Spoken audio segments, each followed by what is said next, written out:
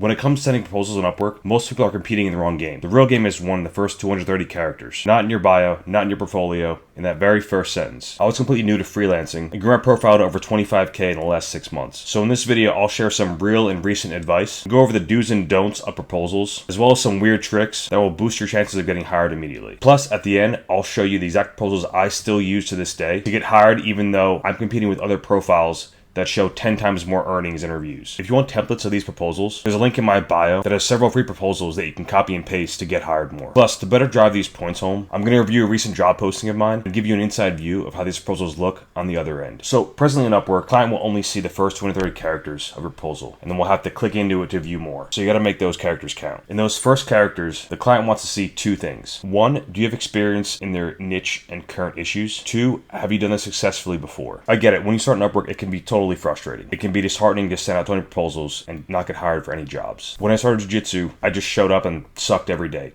for like years. But there was a quote that I thought about often in all those years of sucking. It was something like, how you deal with frustration and failure directly impacts how successful you'll become. So all the tips in this video will help you. Be prepared to still deal with frustration and failure. But if you make it a goal to send 50 proposals in the next month, I guarantee you'll get hired for at least one job. Now, with all that cliche bullshit out of the way, let's get into it. This first section is going to go over things not to do in your proposal. Along with this, I'm also going to show the proposals that I have here on my recent job posting. Let's run through these here. So, don't waste time saying, hello, my name is, how are you? I'm happy to apply. Hope you're doing well. No one cares. It's wasting space that you could be using to actually show real value. The next thing is don't make your proposal too long. People aren't going to read all of it, and it's going to be cumbersome to get through. Don't use weird fonts or too many emojis. It can be off-putting, especially to an older crowd. Don't mention other services you offer. So, for example, if they want SEO content writing, don't mention you also can help them with Google Ads or LinkedIn posting or something like that. Don't make it sound like you're an agency if you're not. People want to work with a real person on Upwork. They usually don't go to Upwork to find agencies. Don't include any links. People don't usually take the time to download these links. Also, they might be wary of downloading random links on an Upwork proposal. Next, if you're going to include references, don't include bland, unclear, generic references. For example, if you're a content writer on Upwork, share a piece that you actually worked on that has your name in the author bio at the bottom of the page. Don't just share a random website and say you worked on this website. People want to see clear and direct references. You can mention a Zoom call, but don't try to force it. If you're forcing a Zoom call or saying, let's hop on a Zoom call immediately, people will feel like it's very salesy. Plus, many clients will just chat with you over Upwork and then hire you right then and there. These last two are kind of obvious, but make your offering or your bid kind of in range with what they're saying. If it's hourly, don't go too low or too high. Just get right in the middle with it. And lastly, your stats are going to really dictate about how well you do. Keep that in mind as you send proposals. And just know you're competing with people who have 100K plus earnings on Upwork and a top rated plus badge. So don't be disheartened if you send 20 proposals and get hired for nothing. Now, here are the weird tricks that I recommend, things that you should do in your proposal. As mentioned, that first 230 characters, make sure it includes key info. So that info should be a recent success you had, a mention of how you worked with a similar client in the same niche. I'll mention exact details of what to include in that later on towards the end of this video. The next tip is obviously have a good profile picture. Another weird trick is to include their first name immediately in the proposal.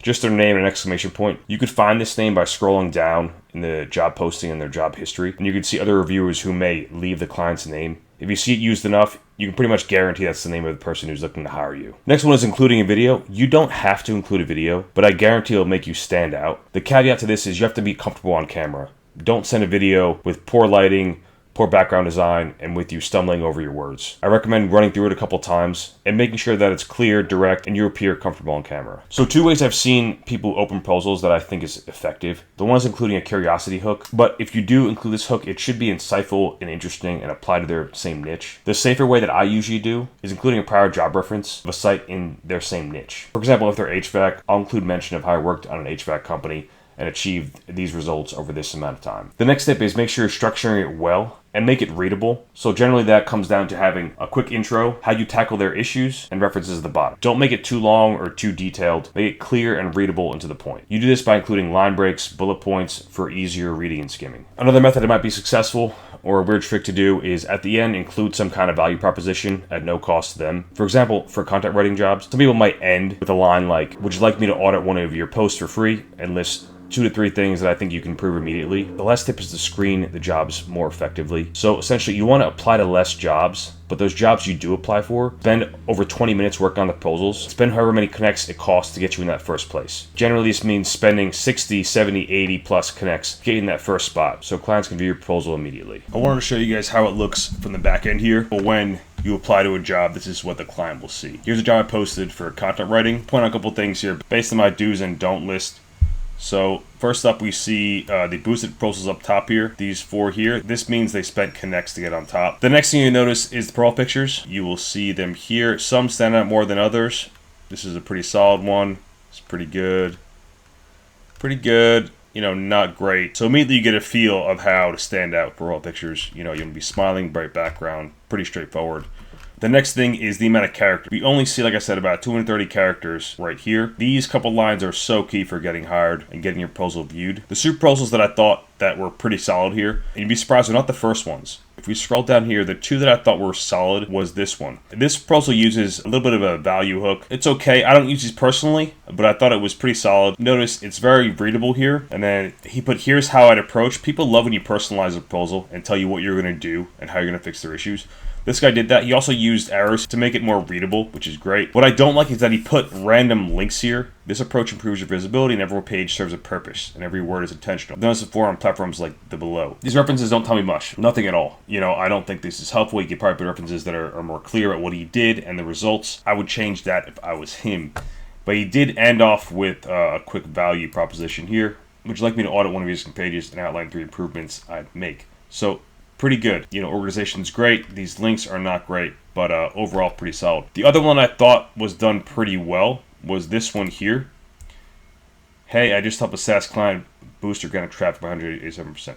So immediately he opens up with what he's achieved recently, which is great. And then again, it was short and to the point, and he put a link here to view. Again, I would combine both these 2 proposals and make a more ideal one. And next I'll go over a more ideal proposal, how I think it kind of combines elements in both of these. Here's an exact structure of how I think a good proposal should be. So we have, hey, client name. Here's a quick link to my video proposal. And then I've done the exact same task for a site in a similar niche. I can definitely help you out with, and then here you mention details of the job. I'd say something below is specifically how I'd approach your current issues or the current work. And here we have a live example of a proposal that I use successfully. So now that you have some weird tips and tricks for getting hired more, the next step is understanding where you are on Upwork in terms of the 3 levels of growth. In this next video here, I go over the 3 levels and the problems of each and how to beat them. Hope this has been helpful, guys, and I'll see you in the next one.